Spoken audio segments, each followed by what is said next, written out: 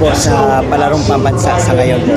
Very successful at magandang performance ng ating mga atleta at maganda rin po ginawa ng hosting ng ating provincial government and officials dito sa Agusan del Sur. Nagpapasalamat kami sa kanila.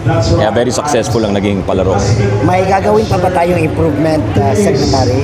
Ay kung siguro mag-assess tayo pagkatapos at kung may marinig tayong pagkukulang, yun doon tayo umpisa. Pero sa ngayon, mahirap magsabi. Okay. Secretary, bukas ay Brigada Eskwela po. And pwede na rin malaman ano rin yung preparation for the trimester po. Ayo po. Tapos na ho yung preparations natin. Umikot na po yung mga USEC at ASEC namin in charge. Umikot ng buong bansa at marathon ng trainings nila sa ating mga guro. So, siguro ready na po. At saka dito naman po sa Brigada Eskwela, the usual na hinihimok natin yung buong komunidad na makibahagi dito sa pagpapaganda at pagprepara sa ating school year. Lastly po, baka may message kayo sa ating mga taong bayan. Well, papasalamat po tayo sa mga sumuporta dito sa Palarong Pambansa. Hihingi naman po tayo ng suporta para sa Brigada Eskwela dahil pa umpisa na po yung bagong school year.